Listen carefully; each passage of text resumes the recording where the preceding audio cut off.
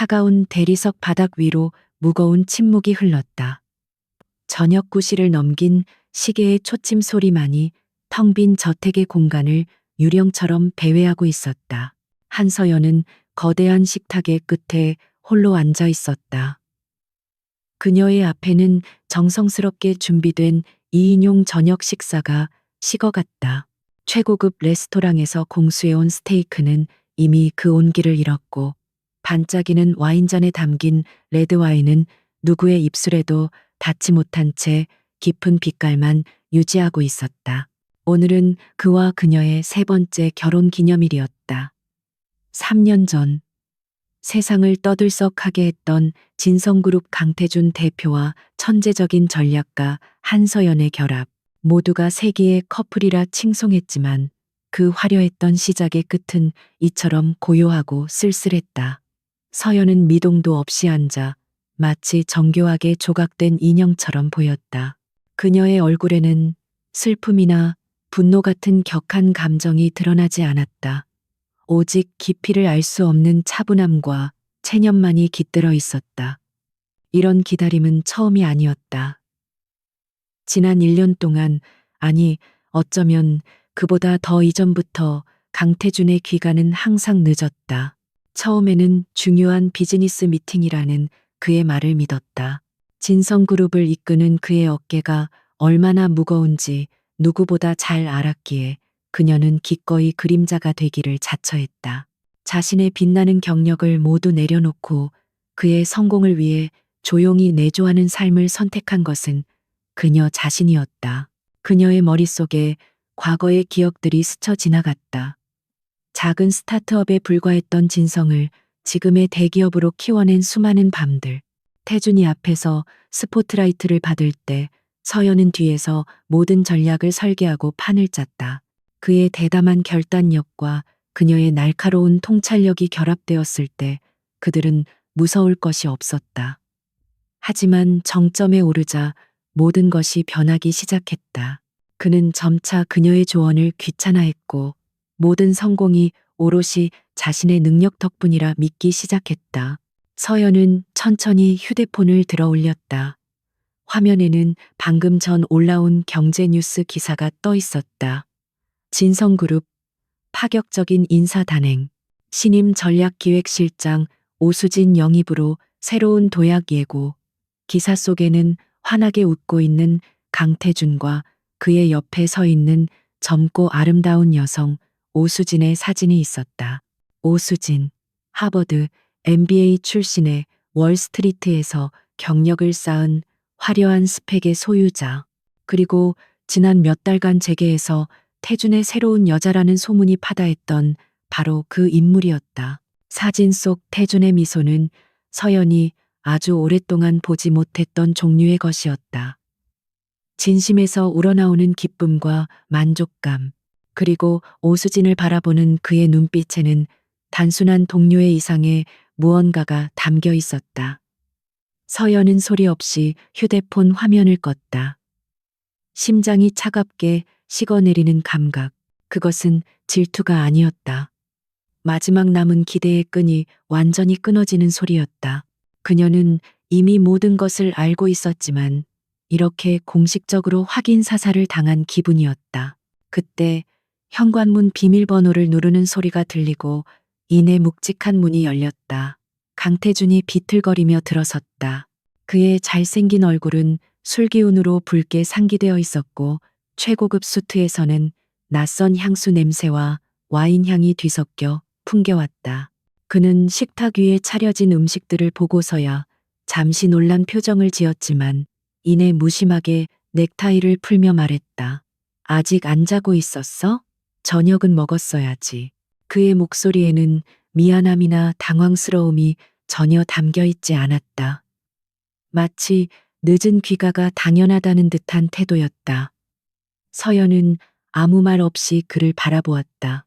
그의 눈에는 아내가 아닌 그저 집에 있는 가구 같은 것을 보는 듯한 무감각함이 서려 있었다. 오늘이 무슨 날인지 전혀 기억하지 못하는 것이 분명했다. 아니, 기억할 생각조차 하지 않았을 것이다. 그의 세상에서 한서연이라는 존재의 유통기한은 이미 끝났으니까. 태주는 소파에 외투를 아무렇게나 던지며 거실로 걸어 들어왔다. 오늘 신임 실장 환영회가 있었어. 아주 유능한 인재야. 오수진 실장이라고. 앞으로 진성에 큰 도움이 될 거야. 그는 마치 대단한 자랑이라도 하는 듯 오수진의 이름을 입에 올렸다. 서연은 그 뻔뻔함에 실소조차 나오지 않았다. 자신의 아내 앞에서 다른 여자의 이름을 저렇게 친근하게 부를 수 있다는 것은 이미 그녀를 여자로도 아내로도 생각하지 않는다는 가장 확실한 증거였다. 그가 서연의 곁을 스쳐 지나갈 때 코끝을 찌르는 달콤하고 관능적인 향수 냄새가 더욱 짙어졌다. 그것은 오늘 아침 서연이 골라주었던 시트러스 계열의 상쾌한 향이 아니었다. 머스크와 바닐라가 뒤섞인 농염하고 강렬한 향, 오수진의 거실이라. 그 향기는 보이지 않는 독처럼 서연의 폐부 깊숙이 파고들었다. 그것은 단순한 냄새가 아니었다. 지난 3년간의 결혼 생활에 대한 모독이자 그녀의 존재 자체를 지워버리는 낙인이었다. 서연은 자리에서 천천히 일어섰다. 태주는 그런 그녀를 의아하다는 듯 쳐다보았다. 왜 그래? 피곤해 보여. 그의 목소리는 여전히 무심했다. 서연은 대답 대신 식어버린 스테이크 접시를 들었다. 그리고 다른 접시와 와인잔도 차례로 트레이에 옮겨 담기 시작했다. 그녀의 움직임은 물 흐르듯 침착하고 기계적이었다. 마치 아주 오랫동안 연습해온 의식을 치르는 것처럼 보였다. 당신 오늘 정말 아무것도 기억 안 나? 마지막으로 서연이 나지막이 물었다.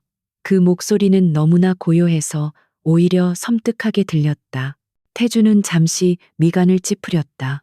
무언가 생각하려는 듯 했지만 술기운 때문인지 이내 포기하고 어깨를 으쓱했다. 뭐가 중요한 거였으면 비서가 알려줬겠지. 피곤하다. 먼저 씻을게. 그는 그 말을 남기고 2층 침실로 향하는 계단을 올라갔다. 쿵 하고 침실 문이 닫히는 소리가 들렸다. 그 소리는 이 거대한 저택에 울려 퍼지며 동시에 한서연의 마음속에 있던 마지막 미련의 문을 닫아버리는 소리이기도 했다. 그녀는 더 이상 그 자리에 서 있지 않았다. 주방으로 걸어가 완벽하게 차려졌던 저녁 식사를 모두 음식물 쓰레기통에 쏟아부었다. 미련 없이 망설임 없이 접시가 부딪히는 소리가 날카롭게 울렸다. 그녀는 모든 것을 정리하고 다시 거실로 나왔다. 창문에 비친 자신의 모습을 물끄러미 바라보았다. 창백한 얼굴, 감정 없는 눈동자. 지난 3년간 그녀는 강태준의 아내라는 이름 뒤에 자신을 가두고 있었다. 사랑이라는 이름으로, 성공이라는 명분으로 스스로를 깎아내고 희생했다. 하지만 이제 끝이었다. 오늘 밤 이 차가운 저녁 식사와 낯선 향수 냄새는 그녀에게 아주 명확한 메시지를 전달했다. 더 이상 기다릴 필요도 인내할 이유도 없다는 것을. 강태준이 버린 것은 단순히 오늘의 저녁 식사나 결혼 기념일이 아니었다. 그것은 한서연이라는 여자, 그의 성공을 위해 모든 것을 바쳤던 동반자의 인생 그 자체였다. 그녀의 눈에 비로소 희미한 빛이 돌아오기 시작했다. 그것은 슬픔의 눈물이 아니었다. 차갑고 단단하게 굳어진 결의의 빛이었다. 내일 아침 강태준이 마주하게 될 것은 순종적인 아내가 아닐 것이다. 한서연, 그녀 자신으로 돌아갈 시간이었다. 다음 날 아침 강태준은 지독한 숙취와 함께 잠에서 깨어났다. 머리를 짓누르는 통증에 미간을 찌푸리며 몸을 일으켰다. 옆자리는 비어 있었다. 서늘한 공기가 느껴지는 것을 보니 그녀가 일찍 일어난 모양이었다. 그는 대수롭지 않게 생각했다. 한서연은 언제나 그랬으니까. 그가 아무리 늦게 들어오고 술에 취해 있어도 다음 날 아침이면 어김없이 완벽한 아내의 모습으로 그를 맞이했다. 그것이 지난 3년간 그가 익숙해진 일상이었다. 그는 샤워를 하고 옷을 갈아입기 위해 드레스룸으로 향했다. 그런데 무언가 이상했다. 평소와는 다른 미묘한 위화감이 공간을 감싸고 있었다. 서연의 옷장이 반쯤 비어 있었다. 그녀가 즐겨 입던 심플한 디자인의 옷들과 중요한 자리에 입고 나가던 몇 벌의 드레스가 사라졌다. 그녀의 보석함 역시 텅 비어 있었다. 결혼 반지를 제외한 모든 것이. 태주는 잠시 걸음을 멈췄다. 이건 무슨 상황이지? 단순한 기분 전환을 위한 정리라고 하기에는 너무나 철저했다. 알 수 없는 불안감이 그의 마음속에서 고개를 들기 시작했지만 그는 애써 그것을 무시했다. 한서연이 자신을 떠난다는 것은 그의 세상에서는 일어날 수 없는 일이었다. 그녀는 그가 만든 세상 속에서 그의 아내라는 이름으로만 존재 가치를 가지는 여자였다. 그는 그렇게 믿어 의심치 않았다. 그는 넥타이를 고쳐 매며 1층으로 내려갔다. 식탁 위에는 그를 위한 아침 식사 대신 차가운 흰 봉투 하나만이 덩그러니 놓여 있었다. 그는 무심코 봉투를 집어들었다. 가벼운 종이의 감촉. 하지만 그 안에 담긴 내용물은 그의 인생을 통째로 뒤흔들 만큼 무거웠다. 이혼 합의서. 세 글자가 그의 눈에 밝혔다. 순간 그는 숨 쉬는 것을 잊었다. 어젯밤의 일이 파편처럼 머릿속을 스쳐 지나갔다. 차갑게 식어 있던 저녁 식사, 그리고 무언가를 묻던 그녀의 고요한 목소리.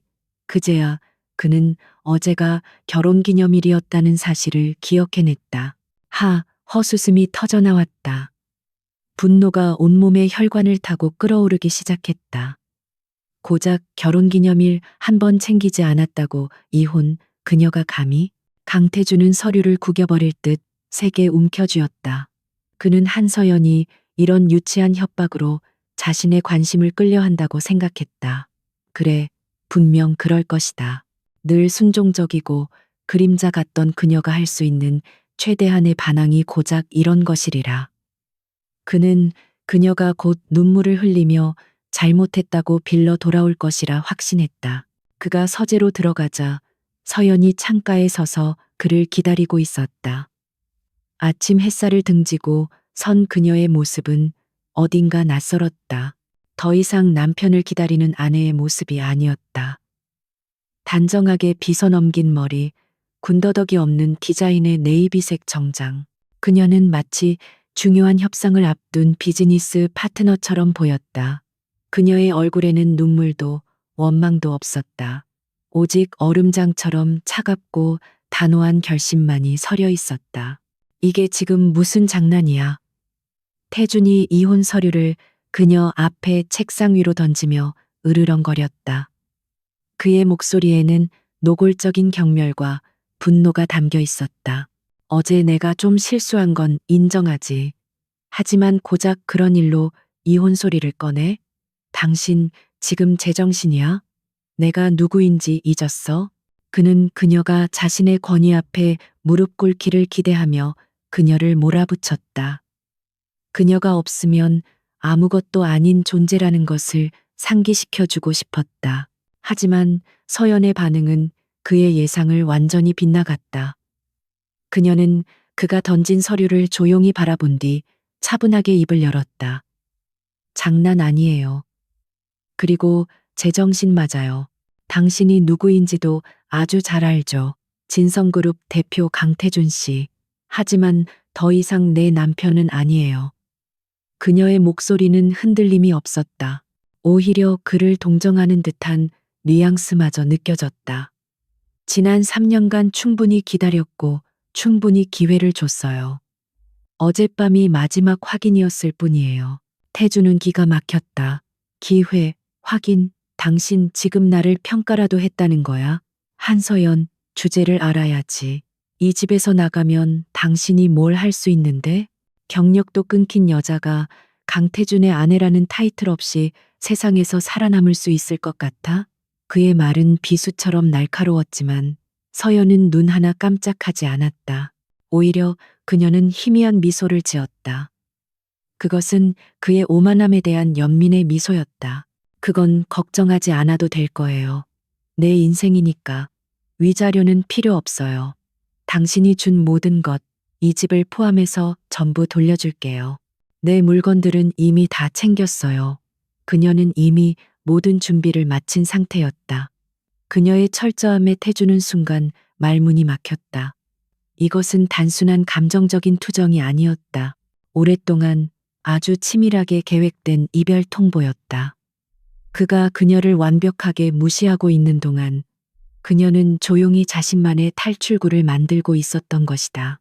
그의 분노는 점차 당혹감과 알 수 없는 불안감으로 변해갔다. 그는 그녀를 붙잡아야 한다는 본능적인 위기감을 느꼈다. 하지만 그의 자존심이 그것을 허락하지 않았다. 후회하게 될 거야, 한서연.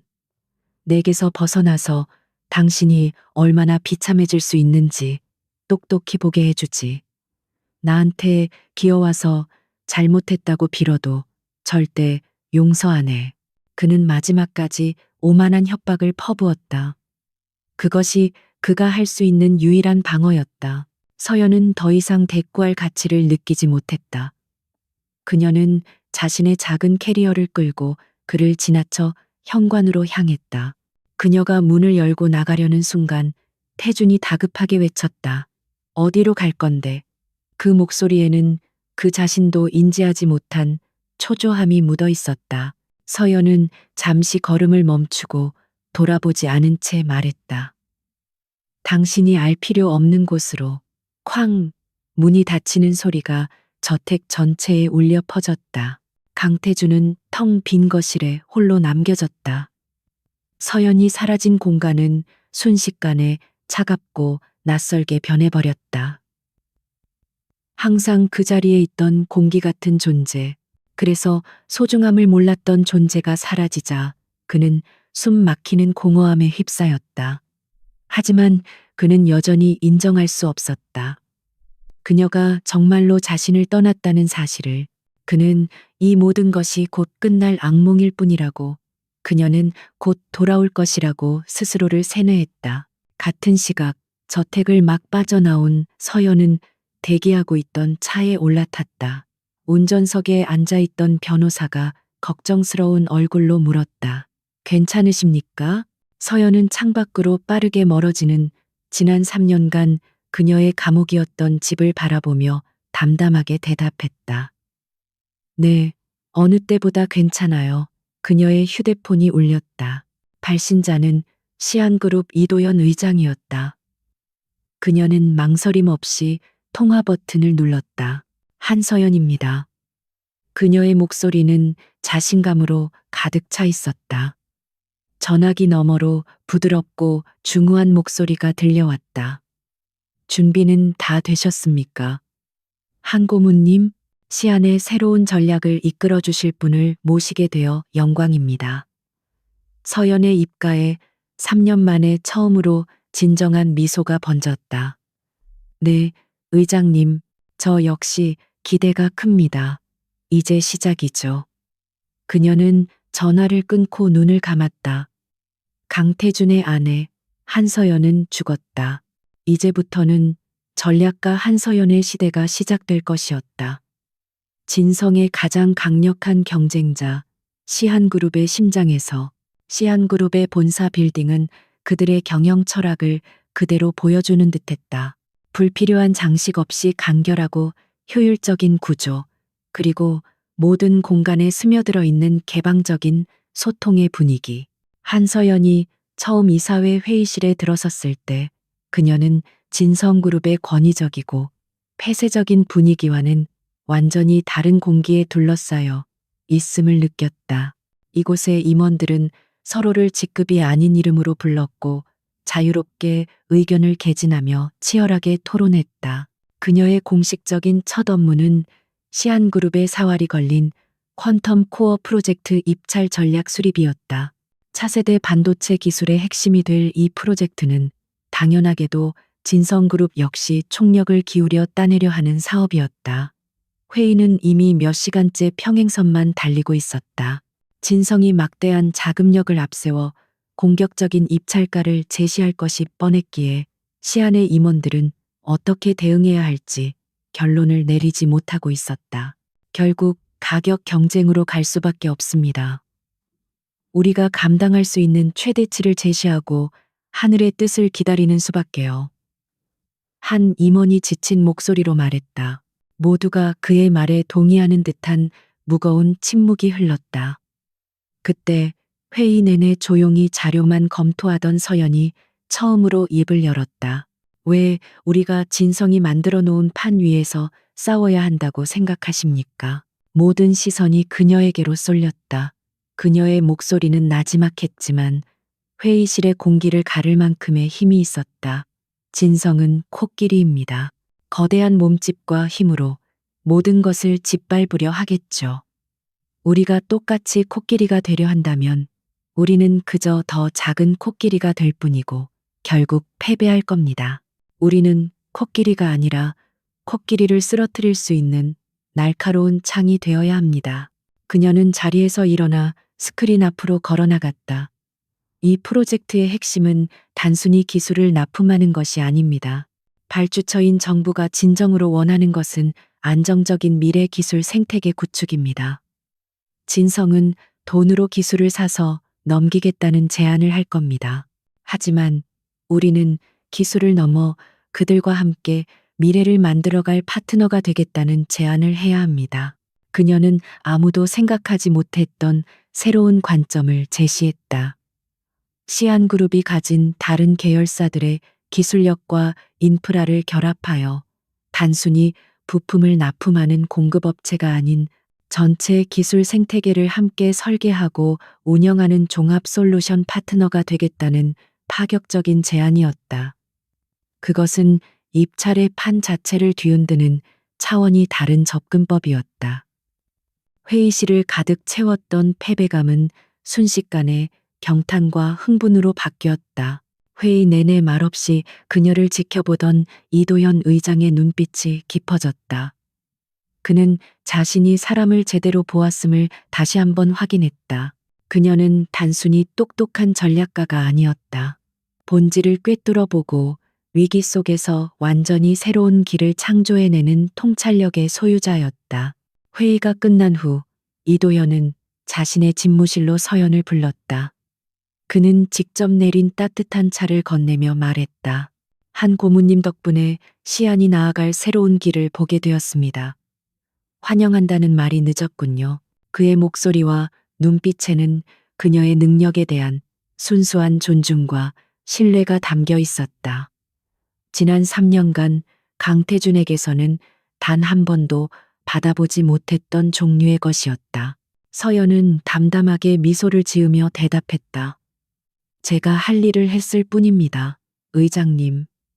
이제부터가 진짜 시작이겠죠. 그녀의 마음속에서 오랫동안 잠들어 있던 승부욕과 열정이 다시 뜨겁게 타오르기 시작했다. 이곳에서 그녀는 자신의 모든 것을 증명해 보일 것이다.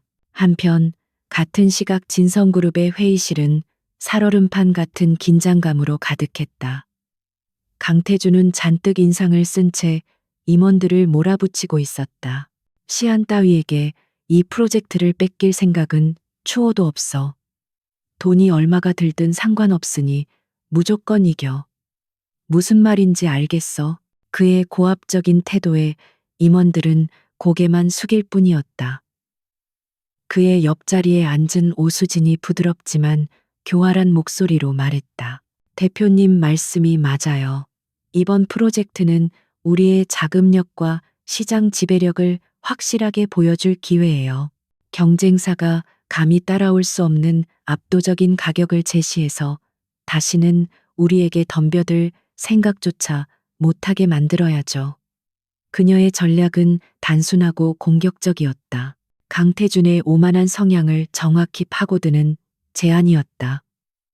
그는 만족스러운 미소를 지으며 오수진의 어깨를 가볍게 두드렸다. 역시 오 실장이야. 일 처리가 시원시원해서 좋아. 몇몇 원로 임원들이 리스크가 너무 크다며 우려를 표했지만 태주는 단칼에 묵살했다. 그는 더 이상 다른 사람의 의견을 듣지 않았다. 특히 한서연이 떠난 이후 그의 독단적인 경영 스타일은 더욱 심해졌다.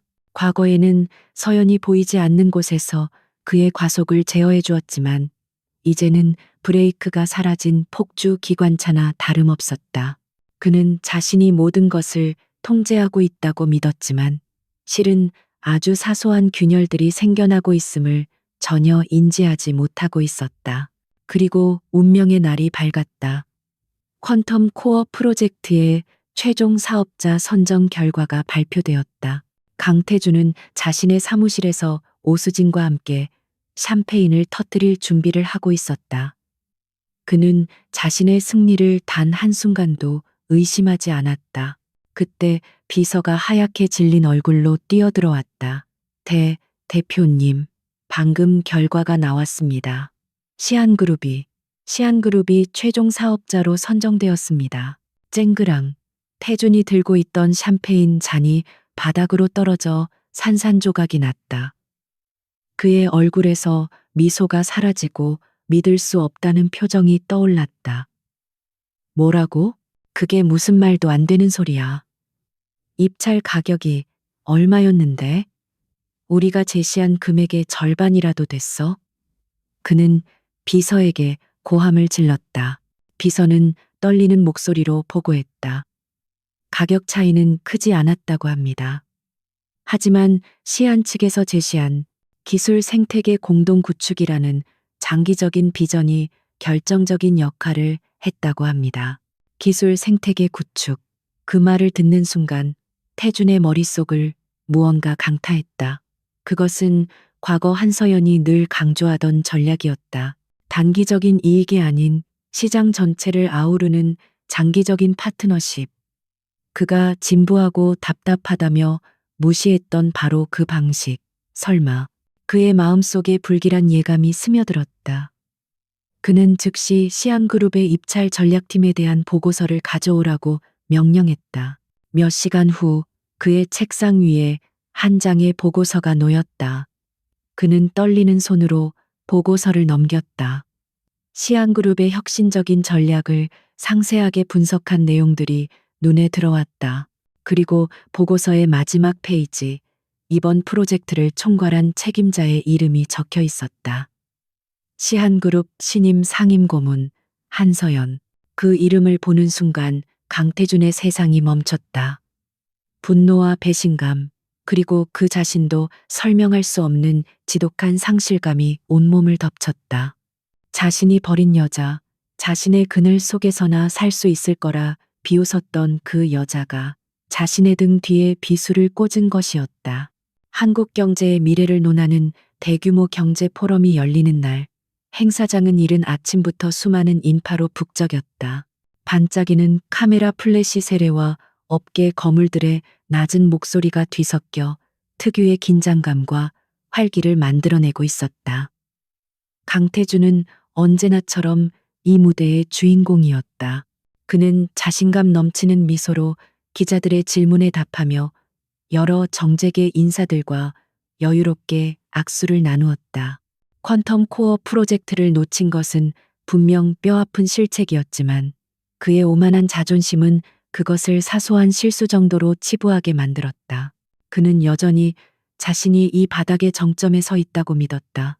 시안그룹의 승리는 그저 운이 좋았던 것뿐이며 한서연이라는 변수는 잠깐의 해프닝에 불과하다고 했어 스스로를 위안했다. 그는 그녀가 곧 자신의 빈자리를 깨닫고 강태준의 아내라는 타이틀이 얼마나 대단한 것이었는지 후회하며 돌아올 것이라 생각했다. 하지만 그 생각은 몇 분 뒤 산산조각이 나고 말았다. 행사장 한가운데 가장 많은 스포트라이트가 쏟아지는 곳에 그녀가 서 있었다. 한서연, 강태준의 기억 속에 존재하던 무채색의 옷을 입고 조용히 그림자처럼 서 있던 아내의 모습은 온데간데 없었다. 그녀는 몸에 완벽하게 맞는 순백의 바지 정장을 입고 있었다. 단정하게 묶은 머리는 그녀의 지적인 분위기를 더욱 돋보이게 했고 옅은 화장을 한 얼굴에는 과거에는 볼 수 없었던 당당함과 생기가 넘쳤다. 그녀는 더 이상 누군가의 아내가 아니었다. 그 자체로 빛나는 하나의 완성된 존재였다. 그리고 그녀의 곁에는 시안그룹의 이도현 의장이 있었다.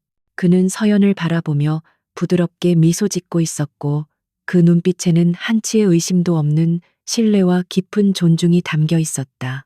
그는 다른 거물급 인사에게 서연을 소개하며 우리 시안의 미래를 책임질 핵심적인 분입니다라고 말했다. 주변 사람들은 감탄과 호기심이 뒤섞인 눈으로 서연을 바라보았다. 그녀는 그들의 시선을 피하지 않고 차분하고 논리적인 언어로 자신의 비전을 설명하고 있었다. 그 광경을 보는 순간 강태준의 심장이 차갑게 가라앉았다. 머릿속이 하얗게 비는 것 같았다. 저 여자가 정말 내가 알던 한서연이 맞나? 자신의 그늘 아래에서만 존재할 수 있을 거라 믿었던 여자. 자신의 허락 없이는 한 걸음도 나아가지 못할 것이라 생각했던 여자. 그런 그녀가 지금 자신의 가장 강력한 경쟁자의 옆에 서서 세상의 중심에 우뚝 서 있었다. 그것은 단순한 배신감을 넘어선 자신의 존재 가치 자체를 부정당하는 듯한 충격이었다. 분노가 그의 온몸을 지배했다. 저 자리는 원래 자신의 자리였다. 그녀의 옆에서 그녀의 빛을 독차지할 수 있는 유일한 사람은 바로 자신이어야 했다. 그런데 감히 이도현 따위가 그는 이성을 잃고 그들에게 다가가려 했다. 하지만 그의 발걸음은 수많은 카메라와 시선들 앞에서 멈출 수밖에 없었다. 그는 진성그룹의 대표였다. 이런 공식적인 자리에서 감정을 드러내는 것은 스스로의 품격을 깎아내리는 짓이었다. 그는 대신 잠시 휴식 시간이 되어 사람들이 흩어지는 틈을 타 그녀에게 접근했다. 그는 애써 분노를 억누르고 마치 우연히 마주친 것처럼 태연한 표정을 지으려 노력했다. 그는 이도현을 의식적으로 무시하며 서연에게 직접 말을 걸었다. 한서연, 여기서 뭐 하는 거야? 이런 데는 당신이 있을 곳이 아니잖아. 그의 목소리에는 자신도 모르게 가시 돋친 소유욕과 경멸이 섞여 나왔다. 마치 길을 잃은 자기 소유물을 발견한 주인 같은 태도였다. 서연은 천천히 고개를 돌려 그를 바라보았다. 그녀의 눈빛은 흔들림 없는 호수와도 같았다. 강 대표님, 여기는 제 새로운 직장입니다. 제가 있을 곳을 결정하는 건 이제 제가 합니다. 그녀는 강 대표님이라는 호칭에 의도적으로 힘을 주어 말했다. 그들 사이에 넘을 수 없는 선이 그어졌음을 분명히 하는 차가운 벽이었다. 당황한 것은 태준이었다. 그는 그녀가 적어도 당황하거나 미안해하는 기색이라도 보일 줄 알았다. 그때 옆에 있던 이도현이 한 걸음 앞으로 나서며 태준에게 손을 내밀었다. 진성그룹 강태준 대표님, 말씀은 많이 들었습니다. 시한그룹 의장 이도현입니다. 저희 한 고문님께 무슨 용무라도 있으신지요? 그의 태도는 정중했지만 그 안에는 서연을 보호하려는 단호한 의지가 담겨 있었다. 그는 자연스럽게 서연의 앞을 반쯤 가로막는 자세를 취하며 태준의 무례한 접근을 차단했다. 강태준은 이도현의 내민 손을 마지못해 잡았다. 두 남자의 시선이 허공에서 날카롭게 부딪혔다. 태준은 자신의 것을 빼앗아간 도둑을 보는 듯한 적개심을, 이도현은 소중한 파트너를 무례하게 대하는 자에 대한 냉정한 경고를 눈빛에 담았다. 짧은 악수가 끝나고 서연은 태준에게 가볍게 목례를 하며 말했다. 그럼 실례하겠습니다, 대표님. 저희는 논의할 일이 있어서요. 그녀는 이도현과 함께 조금의 미련도 없이 돌아서서 가버렸다. 홀로 남겨진 강태준은 주먹을 불끈 쥐었다. 온몸에 피가 역류하는 듯한 굴욕감과 분노에 휩싸였다. 자신이 버린 여자가 다른 남자의 보호를 받으며 자신을 완벽하게 무시했다. 그는 단 한 번도 상상해 본 적 없는 패배를 맛보았다. 그날 밤 그는 만취 상태로 집에 돌아왔다. 텅 빈 저택은 유령의 집처럼 춥고 고요했다. 그는 비틀거리며 서연의 휴대폰 번호를 눌렀다. 신호음이 몇 번 울린 뒤 차분한 그녀의 목소리가 들려왔다. 여보세요. 태주는 다짜고짜 고함을 질렀다. 너 지금 뭐 하는 짓이야? 당장 그만두고 돌아와. 이도현 그 자식이랑 붙어 먹으니까 좋아? 내가 너를 어떻게 키웠는데 감히 내 등 뒤에 칼을 꽂아? 그의 목소리는 질투와 분노 그리고 비참한 애원으로 뒤섞여 있었다. 그는 여전히 그녀가 자신의 소유물이라고 착각하고 있었다. 전화기 너머로 잠시 침묵이 흘렀다. 이윽고 들려온 서연의 목소리는 얼음처럼 차가웠다. 키웠다고요? 강 대표님, 당신은 나를 키운 게 아니라 가둔 거예요. 그리고 당신 등 뒤에 칼을 꽂은 건 내가 아니라 당신의 오만함과 무관심이죠. 내 인생에 더 이상 상관하지 마세요. 우리는 끝났으니까. 뚜, 뚜, 뚜. 그녀는 그의 말이 끝나기도 전에 전화를 끊어버렸다. 태주는 끊어진 전화기를 든 채 허공을 응시했다. 그의 눈은 핏발이 서 있었다. 후회의 첫 번째 지진이 그의 오만한 세상을 뒤흔들기 시작했다. 그것은 사랑이 아니었다. 빼앗긴 것에 대한 지독한 집착의 시작이었다.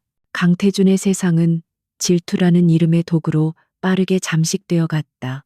한서연이 보란 듯이 성공가도를 달리는 모습, 그리고 이도현의 그림자가 그녀의 곁을 맴도는 모든 순간이 그의 신경을 날카롭게 긁어댔다. 그는 더 이상 그녀가 돌아오기를 기다리지 않았다. 대신 그녀를 무너뜨려야겠다는 비뚤어진 욕망에 사로잡혔다. 그녀가 자신의 것이 될 수 없다면 그 누구의 것도 될 수 없도록 그녀가 쌓아 올린 모든 것을 잿더미로 만들어 버려야 했다. 그의 분노는 더 이상 통제 불가능한 감정의 폭발이 아니었다. 그것은 진성그룹이라는 거대한 제국의 힘을 등에 업은 차갑고 계획적인 파괴 행위로 변모했다.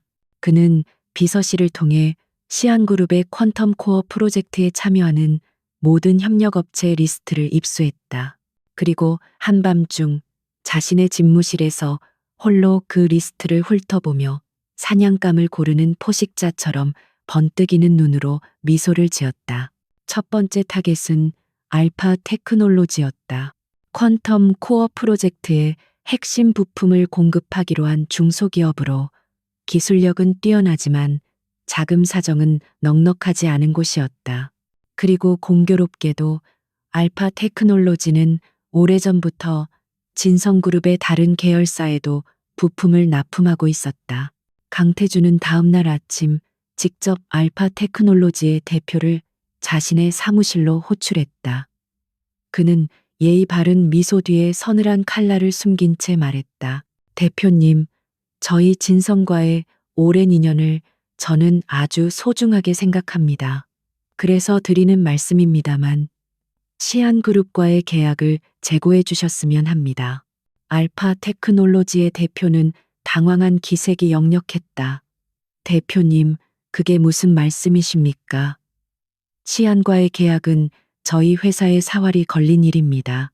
태주는 잔인한 미소를 지으며 본색을 드러냈다. 선택은 대표님이 하시는 겁니다. 시안과의 단기 계약을 유지하고 저희 진성이라는 거대 시장을 잃을 것인지, 아니면 현명한 판단을 내릴 것인지, 그것은 정중한 요청을 가장한 명백한 협박이었다. 알파 테크놀로지에게 진성그룹은 생명줄과도 같았다. 며칠을 고심하던 그들은 결국 시안그룹의 계약 파기를 통보할 수밖에 없었다. 이 소식은 시안그룹에 즉각적인 타격을 주었다. 대체 업체를 구하기 위해서는 상당한 시간과 비용이 필요했고 프로젝트 전체 일정에 차질이 생기는 것은 불보듯 뻔했다. 강태주는 첫 번째 승리에 만족하며 다음 사냥감을 물색하기 시작했다. 이 모든 상황을 강태준의 옆에서 지켜보던 오수진은 그의 변화를 누구보다 예민하게 감지하고 있었다. 그녀는 태준이 한서연에게 병적으로 집착하고 있다는 사실을 진작에 눈치챘다. 처음에는 질투심이 일었지만 영리한 그녀는 곧 이 상황을 자신에게 유리하게 이용할 수 있음을 깨달았다. 강태준의 눈과 귀가 온통 한서연에게 쏠려 있는 동안 그녀는 진성그룹 내부에서 자신의 입지를 더욱 공고히 하고 아무도 모르게 자신만의 네트워크를 구축할 수 있는 절호의 기회를 얻은 것이다. 그녀는 태준의 분노에 기름을 붓는 역할을 자처했다. 그녀는 교묘하게 정보를 흘리고 사실을 왜곡하며 그의 의심과 질투를 증폭시켰다. 대표님, 들으셨어요? 시안그룹 이도현 의장이 사석에서 한서연 고문을 파트너 이상으로 생각한다는 소문이 파다하대요. 진성의 안주인이었던 분이 라이벌 기업의 수장과 그런 식으로 엮이다니 그룹 이미지에도 타격이 클까 걱정이에요. 그녀는 걱정하는 척하며 그의 자존심을 교묘하게 긁었다. 분노에 눈이 먼 태주는 그녀의 의도를 전혀 파악하지 못했다. 오히려 그는 오수진이 자신을 진심으로 위하고 자신의 편에 서서 함께 분노해 준다고 착각했다. 그는 점차 중요한 경영 판단까지 그녀에게 의존하기 시작했다. 오 실장 생각은 어때? 시안이 이번에 인수를 추진 중인 블루칩 반도체 말이야. 우리가 먼저 가로채서 시안의 발을 묶어버리는 게 좋겠지? 블루칩 반도체 인수는 원래 진성의 장기적인 사업 계획에 없던 매우 위험하고 비용이 많이 드는 도박이었다. 하지만 오직 시안에게 타격을 주겠다는 목적 하나만으로 태주는 이 무리한 계획을 추진하려 했다. 오수진은 속으로 쾌재를 불렀다. 그녀는 이미 블루칩 반도체의 내부 정보를 입수하고 있었고 그 회사가 겉보기와는 달리 심각한 부실 자산을 숨기고 있다는 사실을 알고 있었다. 그녀는 이 인수가 진성의 재무 구조에 큰 타격을 줄 것임을 알면서도 태준의 결정을 적극적으로 지지했다. 정말 대단한 결단이세요, 대표님. 대표님의 이런 과감함이야말로 진성을 이끄는 힘이죠. 시아는 감히 상상도 못할 거예요. 그녀는 태준의 오만함을 부추겼다. 동시에 그녀는 자신이 미리 심어둔 페이퍼 컴퍼니를 통해 이 인수 과정에서 막대한 비자금을 조성할 계획을 세우고 있었다. 강태준이 한서연이라는 유령과 싸우는 동안 오수진은 그의 제국을 안에서부터 좀먹는 암세포처럼 조용히 세력을 확장하고 있었던 것이다. 한편 시안그룹의 전략회의실에는 무거운 공기가 감돌았다. 핵심 협력업체의 갑작스러운 계약 파기와 진성그룹의 비상식적인 인수합병 시도, 모든 화살은 명백히 한서연을 겨누고 있었다. 몇몇 임원들은 불안한 기색을 내비치며 이것은 한 고문님 개인의 문제에서 비롯된 리스크가 아닙니까? 라며 조심스럽게 그녀를 압박했다. 서연은 담담한 표정으로 그 모든 압박을 견뎌내고 있었다. 그녀는 강태준이 어떤 사람인지 누구보다 잘 알았다. 그가 자신의 자존심에 상처를 입었을 때 얼마나 유치하고 파괴적인 방식으로 보복하는지를. 하지만 그녀는 이것이 단순히 감정적인 복수극이 아님을 직감했다. 진성의 움직임은 지나치게 공격적이고 군데군데 비합리적인 구석이 있었다. 마치 누군가가 의도적으로 더 큰 혼란을 부추기는 듯한 느낌이었다. 이도현은 회의 내내 묵묵히 서연의 곁을 지켰다. 그는 그녀를 향한 임원들의 불만을 단호하게 차단하며 말했다. 이것은 한 고문 개인의 문제가 아니라 우리 시안그룹 전체에 대한 진성의 부당한 공격입니다. 우리는 흔들려서는 안 됩니다. 한 고문님, 저는 고문님의 판단을 전적으로 신뢰합니다. 어떻게 대응해야 한다고 보십니까?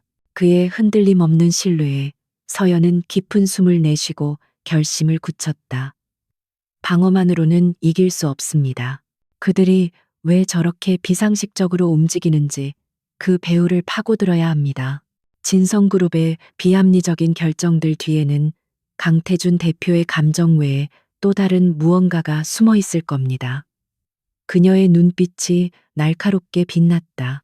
이것은 더 이상 전 남편과의 감정 싸움이 아니었다. 거대한 음모의 냄새가 나고 있었다. 보이지 않는 적이 강태준을 조종하고 진성이라는 제국을 파멸로 이끌고 있었다. 한서연의 반격은 조용하고 은밀하게 시작되었다. 그녀는 강태준처럼 거대한 제국의 힘을 이용해 시장을 뒤흔드는 방식을 택하지 않았다. 대신 그녀는 어둠 속에서 진실을 찾아 헤매는 외과 의사처럼 문제의 핵심을 향해 날카로운 메스를 들이댔다. 이도현 의장의 전폭적인 지원 아래 시안그룹 내부의 극비리에 태스크포스 팀이 꾸려졌다. 최고의 데이터 분석가, 재무 전문가, 그리고 국제 M&A 전문 변호사로 구성된 소수 정예 팀이었다. 그들의 첫 번째 분석 대상은 진성그룹이 비정상적으로 높은 가격에 인수를 추진 중인 블루칩 반도체였다.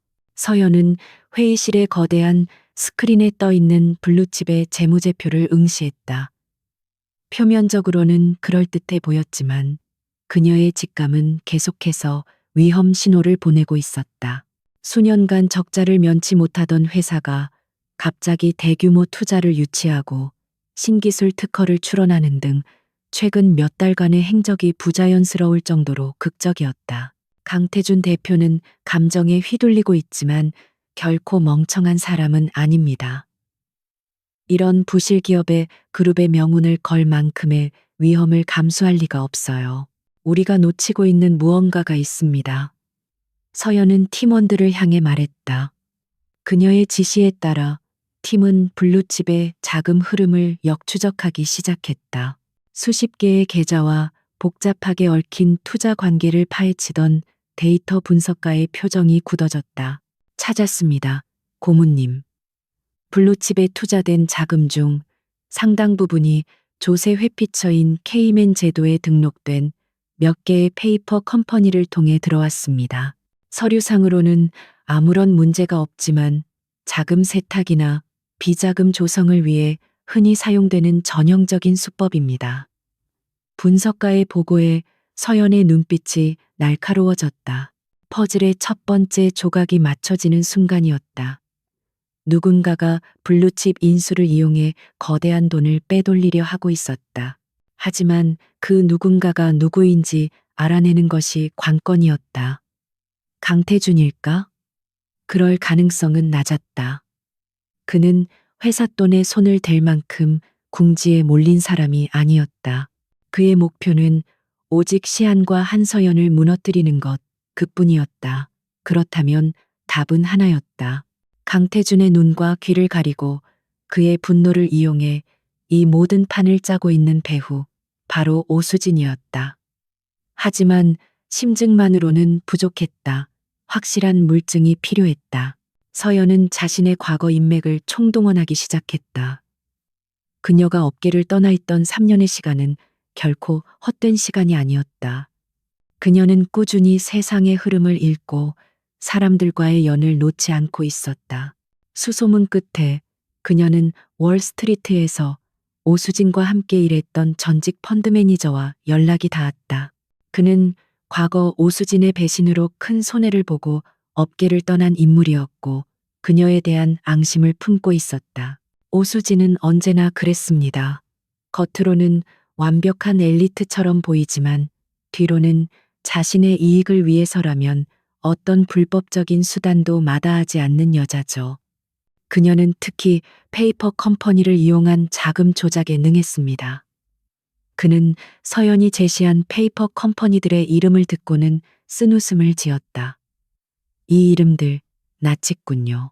그녀가 예전에도 비슷한 이름의 유령 회사들을 이용해 투자자들의 돈을 빼돌렸던 적이 있습니다. 결정적인 증언이었다. 서연은 오수진이 블루칩 인수를 통해 막대한 비자금을 조성하고 있다는 확신을 가졌다. 하지만 이것만으로는 부족했다. 그녀의 범죄는 비자금 조성뿐만이 아닐 것이었다. 블루칩이라는 부실한 껍데기를 강태준에게 비싸게 팔아넘기기 위해서는 그럴듯한 명분이 필요했다. 그것은 바로 신기술이었다. 서연은 팀에게 블루칩이 최근 출원한 신기술 특허를 집중적으로 분석하라고 지시했다. 결과는 충격적이었다. 블루칩의 특허 기술 데이터는 현재 진성그룹이 극비리에 개발 중인 차세대 메모리 반도체 프로젝트 제우스의 핵심 기술과 거의 일치했다. 이것은 우연의 일치일 수 없었다. 진성그룹 내부 최고위급 관계자가 아니라면 절대 접근할 수 없는 1급 기밀이었다. 전략기획실장이라는 오수진의 직책은 그 기밀에 접근하고도 남을 자리였다. 모든 퍼즐 조각이 맞춰졌다. 오수진의 거대한 음모의 전모가 드러났다.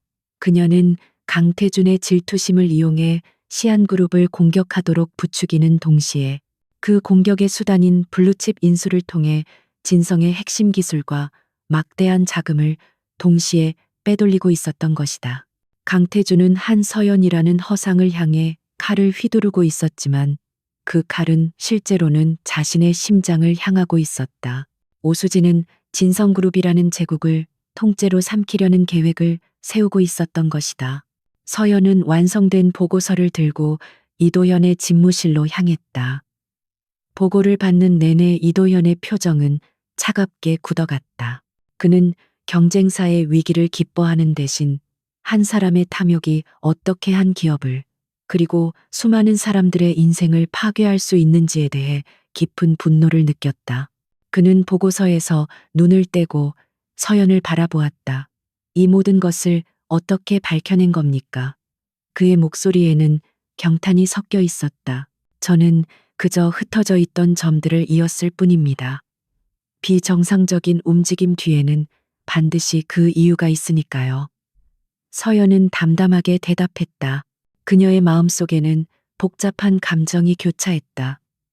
오수진의 범죄에 대한 분노, 그리고 그런 여자에게 놀아나며 스스로 파멸의 길을 걷고 있는 강태준에 대한 일말의 연민. 그는 어리석었고 오만했지만 한때는 그녀가 모든 것을 바쳐 사랑했던 남자였다. 이도현은 자리에서 일어나 창가로 걸어갔다. 도시의 야경이 그의 등 뒤로 펼쳐졌다. 잠시 침묵하던 그가 돌아보며 말했다. 이제 어떻게 할 생각입니까? 한 고문님. 이 증거는 진성그룹을 단번에 무너뜨릴 수 있는 강력한 무기입니다. 선택은 당신의 몫입니다. 그의 말대로였다. 이 파일 하나면 강태준과 진성그룹은 회복 불가능한 타격을 입게 될 것이었다. 복수를 위한 완벽한 기회였다. 하지만 서연의 생각은 달랐다. 그녀의 목표는 파괴가 아니었다. 모든 것을 제자리로 돌려놓는 것, 즉 정의를 실현하는 것이었다. 진성그룹의 이사회 회의실은 폭풍전야와 같은 긴장감으로 가득 차 있었다. 거대한 원목 테이블에 둘러앉은 이사들의 얼굴에는 저마다 다른 종류의 불안감이 서려 있었다. 강태준은 테이블 상석에 앉아 마치 개선장군처럼 당당한 태도로 블루칩 반도체 인수 안건의 최종 승인을 독려하고 있었다. 그의 옆에는 완벽하게 계산된 미소를 띤 오수진이 앉아 자신감 넘치는 목소리로 인수 기대 효과에 대해 마지막 브리핑을 하고 있었다. 보시는 바와 같이 블루칩 인수는 단순한 기업 합병이 아닙니다. 이것은 우리 진성이 차세대 반도체 시장의 패권을 완벽하게 장악하기 위한 신의 한 수가 될 것입니다. 그녀의 목소리는 매혹적이었고 그녀가 제시하는 장밋빛 미래는 몇몇 이사들의 마음을 흔들기에 충분했다. 하지만 대부분의 노예한 이사들은 이 비정상적으로 서두르는 그리고 천문학적인 자금이 투입되는 거래에 대해 깊은 의구심을 감추지 못하고 있었다. 바로 그때 회의실의 육중한 문이 소리 없이 열렸다. 모두의 시선이 문가로 향했다. 그곳에는 누구도 예상치 못했던 인물이 서 있었다. 한서연이었다. 그녀는 시안그룹의 법무팀장과 함께 조금의 동요도 없는 차분한 표정으로 회의실 안으로 들어섰다. 강태준의 얼굴이 순식간에 분노로 일그러졌다. 한서연, 당신이 어떻게 여기에, 여기가 어디라고 감히 발을 들여. 그의 고함 소리가 회의실을 울렸다. 하지만 서연은 눈 하나 깜짝하지 않았다. 그녀는 이사들을 향해 정중하게 고개를 숙인 뒤 태준을 똑바로 바라보며 말했다. 시안그룹 상임고문 한서연입니다. 오늘 진성그룹 이사회에서 중요한 안건이 논의된다고 들었습니다. 저희 시안 역시 진성그룹의 주요 경쟁사이자 파트너로서 이 안건에 대해 깊은 우려와 함께 드릴 말씀이 있어 찾아왔습니다. 오수진의 얼굴에서 순간적으로 미소가 사라졌다. 불안한 예감이 그녀의 심장을 스치고 지나갔다. 여기는 진성그룹의 이사회입니다. 경쟁사 사람이 함부로 들어와 발언할 자리가 아닙니다. 당장 경비를 불러서 저 여자를 끌어내세요. 그녀는 날카롭게 소리치며 상황을 통제하려 했다. 하지만 서연은 그녀의 말을 가볍게 무시하고 준비해온 USB를 회의실의 대형 스크린에 연결했다. 제가 말씀드릴 내용은 진성그룹이 현재 추진 중인 블루칩 반도체 인수와 관련된 중대한 리스크에 관한 것입니다. 이것은 단순한 경영 판단의 문제를 넘어 그룹 전체의 존폐를 위협할 수 있는 범죄 행위와 연관되어 있습니다. 그녀의 말이 끝나자마자 스크린에는 케이맨 제도에 등록된 여러 페이퍼 컴퍼니들의 복잡한 자금 흐름도가 나타났다. 화살표들은 거미줄처럼 얽혀 최종적으로는 블루칩 반도체로 흘러 들어가고 있었다. 이것은 블루칩에 투자된 자금의 흐름입니다. 보시다시피 출처가 불분명한 막대한 자금이 여러 유령 회사를 거쳐 세탁된 후 블루칩으로 유입되었습니다. 그리고 이 유령 회사들의 실소유주를 추적한 결과 놀라운 사실을 발견했습니다. 서연은 리모컨을 눌러 다음 화면으로 넘겼다. 스크린에는 몇 개의 이름이 떠올랐고 그 가장 위에 있는 이름은 바로 오수진이었다. 회의실은 물을 끼얹은 듯 조용해졌다. 오수진의 얼굴은 새하얗게 질려 있었다. 그녀는 자리에서 벌떡 일어나 소리쳤다. 거짓말. 저건 모두 조작된 자료야. 시안그룹이 우리 진성을 음해하기 위해 꾸며낸 술수라고요. 강태준 역시 이성을 잃고 그녀를 거들었다. 맞아. 한서연, 네가 감히 이런 비열한 수법으로 나를 공격해? 당장 그만두지 않으면 명예훼손으로 고소하겠어. 그는 여전히 오수진을 감싸고 있었다. 그의 눈에는 이 모든 것이 자신을 떠나간 전처에 유치한 복수극으로밖에 보이지 않았다. 서연은 그들의 발악을 차갑게 응시했다. 그녀는 그들의 반응을 이미 예상하고 있었다. 조작이라고 하셨습니까? 좋습니다. 그렇다면 이건 어떻게 설명하시겠습니까? 그녀는 마지막 카드를 꺼내 들었다. 스크린의 화면이 다시 바뀌었다. 왼쪽에는 진성그룹 1급 기밀, 프로젝트 제우스라는 붉은색 워터마크가 찍힌 내부 RD 자료가, 오른쪽에는 블루칩 반도체 신기술 특허 자료가 나란히 떠올랐다. 수백 개의 데이터와 기술 공식, 회로 설계도까지. 두 자료는 소름 끼칠 정도로 정확하게 일치했다. 진성그룹의 미래를 책임질 핵심 기술이 통째로 유출되어 경쟁사에 팔아넘겨질 부실 기업의 포장지로 쓰이고 있었던 것이다. 이 기술에 접근할 수 있는 권한은 진성그룹 내에서도 극소수에게만 주어집니다. 그리고 블루칩 반도체 인수 프로젝트를 총괄하며 동시에 그룹의 모든 핵심 정보에 접근할 수 있는 전략기획실장의 자리. 이 두 가지 조건을 모두 만족시키는 사람은 단 한 명뿐입니다. 서연의 마지막 말이 회의실에 서늘하게 울려 퍼졌다. 더 이상의 설명은 필요 없었다. 모든 증거가 오수진, 단 한 사람을 가리키고 있었다. 그 순간 강태준의 세상이 무너져 내렸다. 그는 스크린의 증거와 사색이 되어 파들파들 떨고 있는 오수진의 얼굴, 그리고 얼음처럼 차가운 서연의 눈빛을 번갈아 보았다. 퍼즐 조각들이 머릿속에서 끔찍한 그림으로 맞춰지기 시작했다. 그녀가 속삭였던 달콤한 말들, 자신의 질투심을 교묘하게 부추겼던 행동들, 시안을 공격해야 한다며 제시했던 수많은 탁월한 전략들, 그 모든 것이 자신을 올가매기 위한 거대한 함정이었다. 그는 한서연이라는 유령을 쫓느라 자신의 등 뒤에서 심장을 노리고 있던 진짜 적을 보지 못했다. 그는 사랑에 배신당한 것이 아니었다. 그는 처음부터 끝까지 한낱 어릿광대에 불과했다. 자신의 분노와 오만함이 제국을 무너뜨리는 가장 강력한 무기가 되어버렸다. 그의 입에서 의미 없는 신음이 터져 나왔다. 그는 의자에 주저앉으며 두 손으로 얼굴을 감쌌다. 단단했던 그의 자존심이 산산조각 나는 소리가 들리는 듯했다. 이사들은 경악과 분노로 술렁이기 시작했다. 몇몇은 보안팀을 호출했고 누군가는 법무팀에 연락을 취했다. 오수진은 완전히 무너진 태준을 보며 마지막 발악을 했지만 그녀의 목소리는 더 이상 누구에게도 닿지 않았다. 서연은 지옥으로 변해버린 회의실을 조용히 바라보았다. 그녀의 얼굴에는 승자의 희열이 없었다.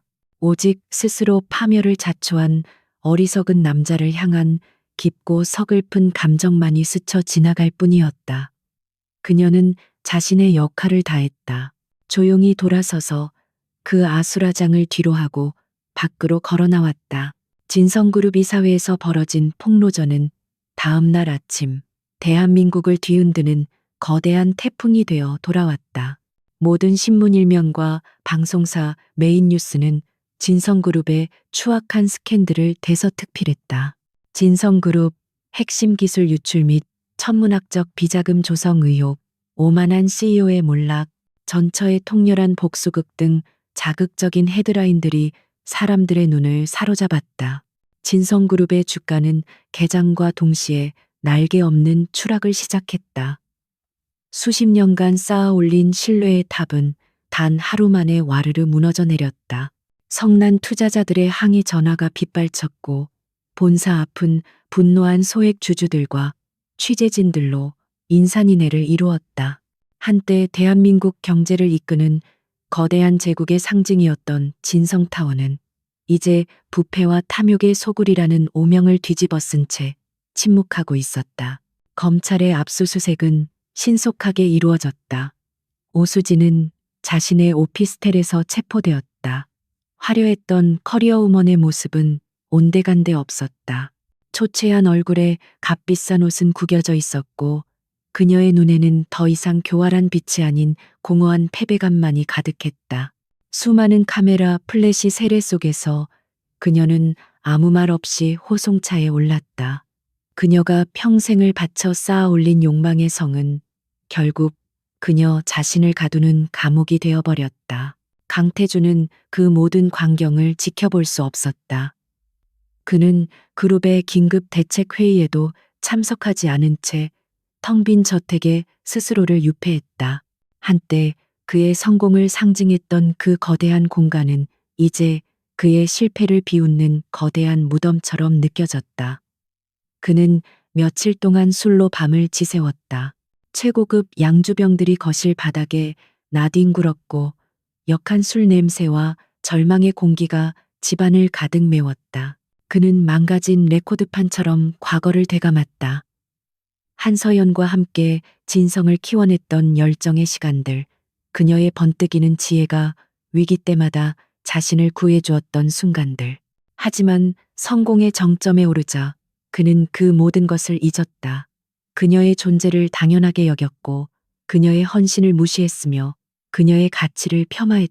그는 자신의 오만함이 그녀를 얼마나 깊이 상처 입혔는지 이제야 뼈저리게 깨닫고 있었다. 그녀가 떠난 뒤에야 그는 자신이 무엇을 잃어버렸는지 알게 되었다. 그것은 단순히 유능한 조력자가 아니었다. 자신의 폭주를 막아주던 유일한 브레이크, 자신의 불안정한 내면을 지탱해주던 단단한 기둥. 그리고 세상에서 유일하게 자신을 진심으로 이해해주던 사람이었다.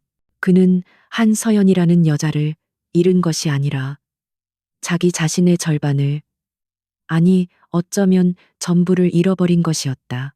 며칠이 지난 어느 늦은 밤, 강태준은 비틀거리는 걸음으로 차를 몰아 시안그룹 본사 앞으로 향했다. 그는 더 이상 이 고통을 견딜 수 없었다. 그녀를 만나야 했다. 만나서 용서를 빌어야 했다. 그것이 진심 어린 참회인지 아니면 모든 것을 잃은 자의 마지막 발악적인 집착인지는 그 자신도 알 수 없었다. 그는 그저 그녀의 얼굴을 보고 그녀의 목소리를 듣지 않으면 미쳐버릴 것만 같았다. 그는 회사 앞 가로등 아래에서 하염없이 그녀를 기다렸다. 늦은 시간까지 야근을 마친 서연이 이도현과 함께 건물 로비에서 나오는 모습이 보였다. 이도현은 걱정스러운 눈빛으로 그녀의 어깨에 자신의 외투를 걸쳐 주었고 그녀는 희미하게 미소를 지으며 고개를 끄덕였다. 그 다정한 모습은 태준의 가슴에 수천 개의 비수가 되어 밝혔다. 한때는 자신의 것이었던 저 미소, 저 자리, 이도연의 차가 떠나고 서연이 자신의 차를 향해 걸어올 때 태준은 어둠 속에서 모습을 드러냈다. 그의 갑작스러운 등장에 서연은 잠시 놀랐지만 이내 평정을 되찾았다. 그의 모습은 처참했다. 며칠 사이에 수녀는 늙어버린 듯한 얼굴, 핏발 선눈, 제대로 관리되지 않아 덥수룩한 수염과 구겨진 옷. 한때 세상을 호령하던 제왕의 모습은 어디에도 없었다.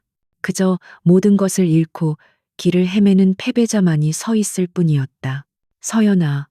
그의 목소리는 갈라져 있었다. 그는 그녀에게 다가가려 했지만 그녀의 차가운 눈빛에 발걸음을 멈췄다. 내가 다 잘못했어. 내가 어리석었고 오만했어. 너의 소중함을 몰랐어. 제발 용서해줘. 다시 한 번만 기회를 줘. 응? 그는 어린아이처럼 매달렸다. 그의 눈에는 절박한 눈물이 고여 있었다. 자존심도 체면도 모두 버린 비참한 애원이었다. 서연은 아무 말 없이 그를 바라보았다. 그녀의 눈에는 경멸도 동정도 없었다. 마치 아주 오래전 이야기를 다룬 역사책을 보는 듯한 완벽하게 분리된 평온함만이 존재했다. 잠시 후 그녀가 조용히 입을 열었다. 이미 너무 늦었어요, 강태준 씨. 당신이 용서를 구해야 할 대상은 내가 아니에요. 당신의 오만함 때문에 상처받은 수많은 사람들, 그리고 당신 자신에게 용서를 구하세요. 그녀의 목소리는 잔인할 정도로 차분했다. 우리가 함께 했던 시간들은 이제 과거가 되었어요. 나는 이미 새로운 삶을 살고 있고 당신 역시 당신의 몫의 대가를 치르고 당신의 삶을 살아가야 해요. 더 이상 내 인생에 찾아오지 마세요. 이건 부탁이 아니라 마지막 통보입니다. 그녀는 그 말을 끝으로 그를 지나쳐 자신의 차에 올라탔다. 태준은 움직일 수 없었다. 강태준 씨라는 호칭, 과거가 되었다는 말. 그 모든 것이 그의 마지막 희망을 산산조각 냈다. 그는 그녀가 화를 내거나 자신을 원망하기를 바랐을지도 모른다. 그것은 아직 감정이 남아있다는 증거일 테니까. 하지만 그녀의 완벽한 평온함은 그가 더 이상 그녀의 세상에 존재하지 않는다는 가장 확실하고 잔인한 증거였다. 그는 차가운 밤 공기 속에 홀로 서서 그녀의 차가 시야에서 완전히 사라질 때까지 멍하니 바라볼 뿐이었다. 진성그룹의 붕괴가 남긴 후폭풍은 예상보다 훨씬 거대했다. 그것은 단순히 한 기업의 몰락이 아니었다. 수많은 협력업체들이 연쇄부도의 위기에 내몰렸고 금융시장은 극심한 불안감에 휩싸였다. 업계 전체가 거대한 불확실성이라는 안개 속에 갇혀버린 듯했다. 모두가 숨을 죽이고 다음 파장을 기다리고 있을 때 시한그룹은 가장 먼저 움직였다. 한서연의 주도 아래 시한그룹은 위기 대응 컨트롤 타워를 가동했다. 그녀의 전략은 단순한 방어가 아니었다. 오히려 위기를 기회로 전환하는 대담하고 공격적인 접근이었다. 그녀는 이도현 의장과 임원들 앞에서 흔들림 없는 목소리로 자신의 계획을 발표했다. 지금이야말로 시안그룹이 시장의 리더로서 책임감 있는 모습을 보여줄 때입니다. 우리는 진성의 몰락을 구경하는 것이 아니라 이 사태로 인해 무너지고 있는 산업 생태계를 복원해야 합니다. 그녀의 첫 번째 제안은 파격적이었다. 진성그룹의 자산 중 기술력은 있으나 유동성 위기에 빠진 우량 계열사 및 협력업체들을 시안이 인수하거나 긴급 자금을 지원하자는 것이었다. 이것은 적대적 M&A가 아니었다. 붕괴의 파편이 더 넓게 퍼지는 것을 막고 수천 명의 일자리를 지키며 대한민국 반도체 산업의 근간을 지키기 위한 고차원적인 전략이었다. 이사회의 반발도 있었지만 이도현은 그녀의 결정에 전적인 신뢰를 보냈다. 그의 지지 속에서 서현은 정권을 위임받아 프로젝트를 지휘했다.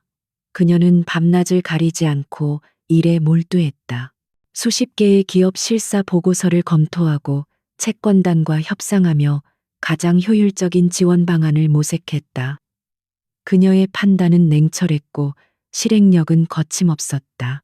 그녀는 더 이상 강태준의 그림자 속에 있던 여인이 아니었다. 스스로 빛을 내는 거대한 조직을 이끄는 진정한 리더였다. 이도현은 그런 그녀의 모습을 묵묵히 뒤에서 지켜보며 지원했다. 그는 그녀가 지치지 않도록 세심하게 배려했고 외부의 압력으로부터 그녀를 보호하는 방패가 되어 주었다. 늦은 밤, 모두가 퇴근한 사무실에서 홀로 남은 서연에게 그가 따뜻한 차 한 잔을 건네는 것은 그들의 새로운 일상이 되었다. 그들의 관계는 뜨거운 열정보다는 깊은 신뢰와 존중을 바탕으로 서서히 단단해지고 있었다. 어느 날 밤 도시의 야경이 내려다 보이는 창가에 나란히 서서 차를 마시던 중 이도현이 조용히 입을 열었다. 한 고모님을 보면 가끔 놀라울 때가 있습니다.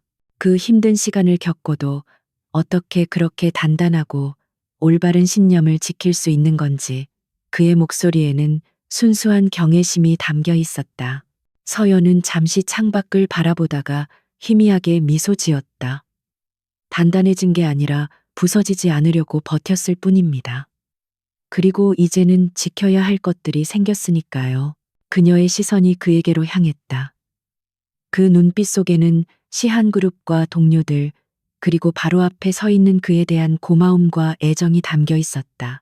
이도현은 더 이상 아무 말도 하지 않았다. 그는 그저 부드럽게 그녀의 손을 감싸 쥐었다. 그 따뜻한 온기가 지난 세월의 모든 상처를 위로하는 듯했다. 그들에게는 화려한 고백이나 약속이 필요 없었다. 함께 같은 곳을 바라보며 나아가는 것, 그것이 그들의 방식이었다.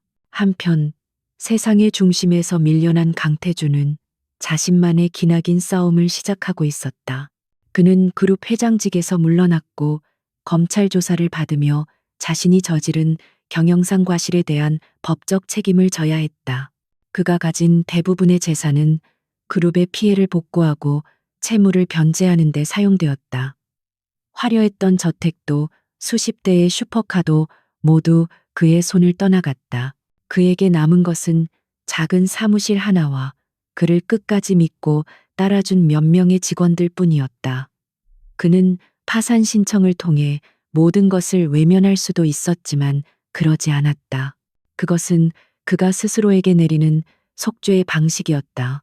그는 무너진 진성의 이름이 아닌 KTJ 파트너스라는 작은 재기 컨설팅 회사를 차렸다. 그는 밤을 새워가며 자신이 망가뜨린 협력업체들의 회생 계획안을 작성하고 투자자들을 찾아다니며 머리를 숙였다. 사람들은 처음에는 그를 비웃었다.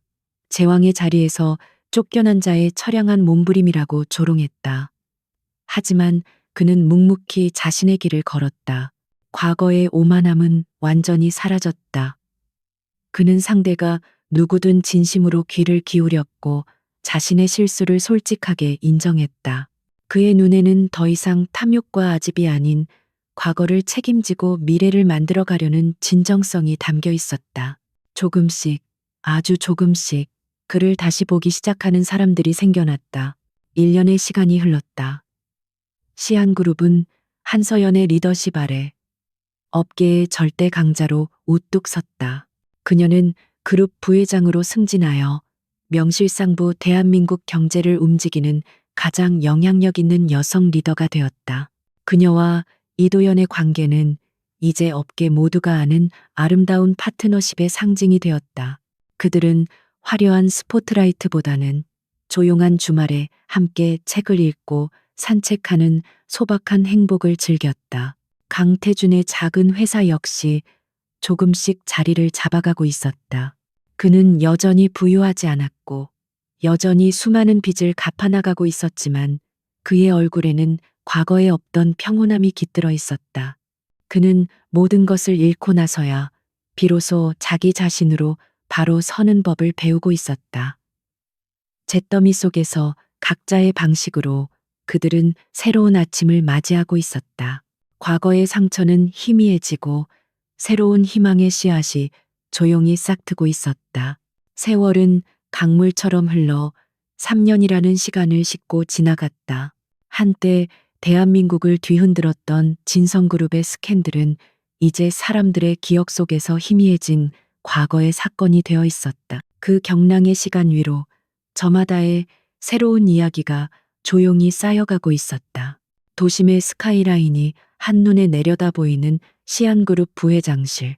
한서연은 막 끝난 화상회의 자료를 정리하고 있었다. 그녀의 이름 앞에는 이제 강태준의 전철하는 꼬리표 대신 대한민국 경제를 움직이는 여성 리더라는 수식어가 따라붙었다. 그녀는 지난 3년간 시안그룹을 명실상부한 업계 1위로 이끌었고 그녀의 통찰력과 리더십은 이제 살아있는 전설이 되었다. 하지만 그녀의 삶은 일로만 채워져 있지 않았다. 그녀의 책상 한편에는 이도연과 함께 찍은 소박한 사진이 놓여 있었다. 화려한 장소는 아니었다. 주말 오후 한적한 수목원에서 햇살을 받으며 환하게 웃고 있는 모습이었다. 그들의 사랑은 불꽃처럼 타오르기보다는 깊은 숲속의 나무처럼 조용하고 단단하게 뿌리를 내렸다. 서로의 세계를 존중하고 가장 힘든 순간에 기댈 수 있는 버팀목이 되어주는 관계. 서연은 비로소 진정한 의미의 평온과 행복을 찾았다. 그녀는 더 이상 과거의 상처에 얽매이지 않았다. 그 모든 것은 지금의 자신을 만든 하나의 과정이었음을 담담하게 받아들일 수 있게 되었다. 한편 도시의 반대편 화려한 마천루가 아닌 오래된 상가 건물에 자리한 작은 사무실에서 강태준 역시 자신만의 시간을 보내고 있었다. KTJ 파트너스라는 그의 작은 컨설팅 회사는 이제 죽어가는 기업을 살리는 미다스의 손이라는 명성을 얻고 있었다. 그는 과거 자신이 무너뜨렸던 기업들의 재기를 돕는 일에 매달렸고 그의 진심 어린 노력은 조금씩 결실을 맺고 있었다. 그는 모든 것을 잃었다. 부와 명예, 그리고 사랑까지. 하지만 그 잿더미 속에서 그는 이전에는 결코 갖지 못했던 것을 얻었다. 그것은 바로 자기 자신을 정면으로 마주할 용기였다. 그는 더 이상 타인의 인정이나 세상의 평가에 목매지 않았다. 매일 아침 거울 앞에서 떳떳할 수 있는 삶. 그것이 그의 새로운 목표가 되었다. 그의 얼굴에는 과거의 오만함 대신 고된 노동과 깊은 성찰이 새겨진 주름이 자리 잡고 있었다. 어느 맑은 가을날 오후였다. 서연은 잠시 머리를 식힐 겸 회사 근처의 작은 갤러리를 찾았다. 신진 작가들의 작품을 조용히 감상하던 그녀의 발걸음이 한 그림 앞에서 멈췄다. 폐허 속에서 피어난 한 송이 들꽃을 그린 작품이었다. 강인한 생명력과 조용한 희망이 느껴지는 그림에 매료되어 한참을 서 있을 때였다. 그녀의 옆으로 익숙한 그림자가 다가왔다. 고개를 돌린 서연의 눈이 잠시 커졌다. 강태준이었다. 그 역시 그림을 보기 위해 이곳에 들른 모양이었다. 수년 만에 우연한 만남. 그의 모습은 많이 변해 있었다. 값비싼 명품 수트 대신 편안하지만 깔끔한 면바지와 스웨터를 입고 있었다. 날카롭고 공격적이던 인상은 부드러워져 있었고 그의 눈빛은 깊은 호수처럼 차분하게 가라앉아 있었다. 먼저 침묵을 깬 것은 태준이었다. 그는 서연에게 가볍게 고개를 숙이며 부드러운 미소와 함께 말했다. 오랜만이네요, 한서연 부회장님. 승진 축하드립니다. 뉴스로 늘 잘 보고 있습니다. 그의 목소리에는 과거의 집착이나 미련의 흔적이 전혀 없었다. 오직 잘 아는 동료의 성공을 진심으로 축하해주는 듯한 담담함만이 묻어 있었다. 서연 역시 자연스럽게 미소로 화답했다. 감사합니다. 강 대표님 사업도 잘 되고 있다고 들었어요. 어려운 분들을 많이 돕고 계시다고. 그녀의 목소리에도 어색함은 없었다. 그들은 더 이상 서로에게 상처를 주었던 과거의 부부가 아니었다. 각자의 자리에서 치열하게 살아온, 그리고 마침내 평화를 찾은 두 명의 어른이었다. 그들은 잠시 나란히 서서 그림을 바라보았다. 태준이 나지막이 말했다. 이 그림 꼭 우리 같다는 생각이 드는군요. 서연이 의아한 눈으로 그를 보자 그는 그림 속 들꽃을 가리켰다. 모든 것이 무너진 폐허 속에서도 결국에는 저렇게 꽃이 피어나는 것처럼 우리도 각자의 폐허 속에서 자신만의 꽃을 피워낸 거겠죠. 그의 말에는 깊은 회한과 그것을 딛고 일어선 자의 단단함이 동시에 느껴졌다. 서연은 조용히 고개를 끄덕였다. 그녀는 그의 말이 무슨 의미인지 온전히 이해할 수 있었다. 그 순간 그들 사이에 남아있던 마지막 앙금이 눈 녹듯 사라지는 것을 느꼈다. 이제는 정말로 괜찮았다. 용서할 것도 원망이랄 것도 없었다. 그저 각자의 길을 걷고 있는 한 사람으로서 서로의 행복을 빌어줄 수 있는 마음의 평화만이 남았다. 먼저 가보겠습니다. 태준이 다시 한번 정중하게 목례를 하고 돌아섰다. 서연은 그의 뒷모습을 잠시 바라보았다. 넓고 단단해 보였던 그의 등은 이제 조금 작아 보였지만 예전보다 훨씬 더 안정적이고 편안해 보였다. 그는 더 이상 세상을 다 가진 제왕이 아니었지만 비로소 자기 자신이라는 세상의 주인이 되어 있었다. 갤러리를 나온 서연의 휴대폰이 울렸다. 이도현이었다. 서연 씨, 어디에요? 데리러 갈게요.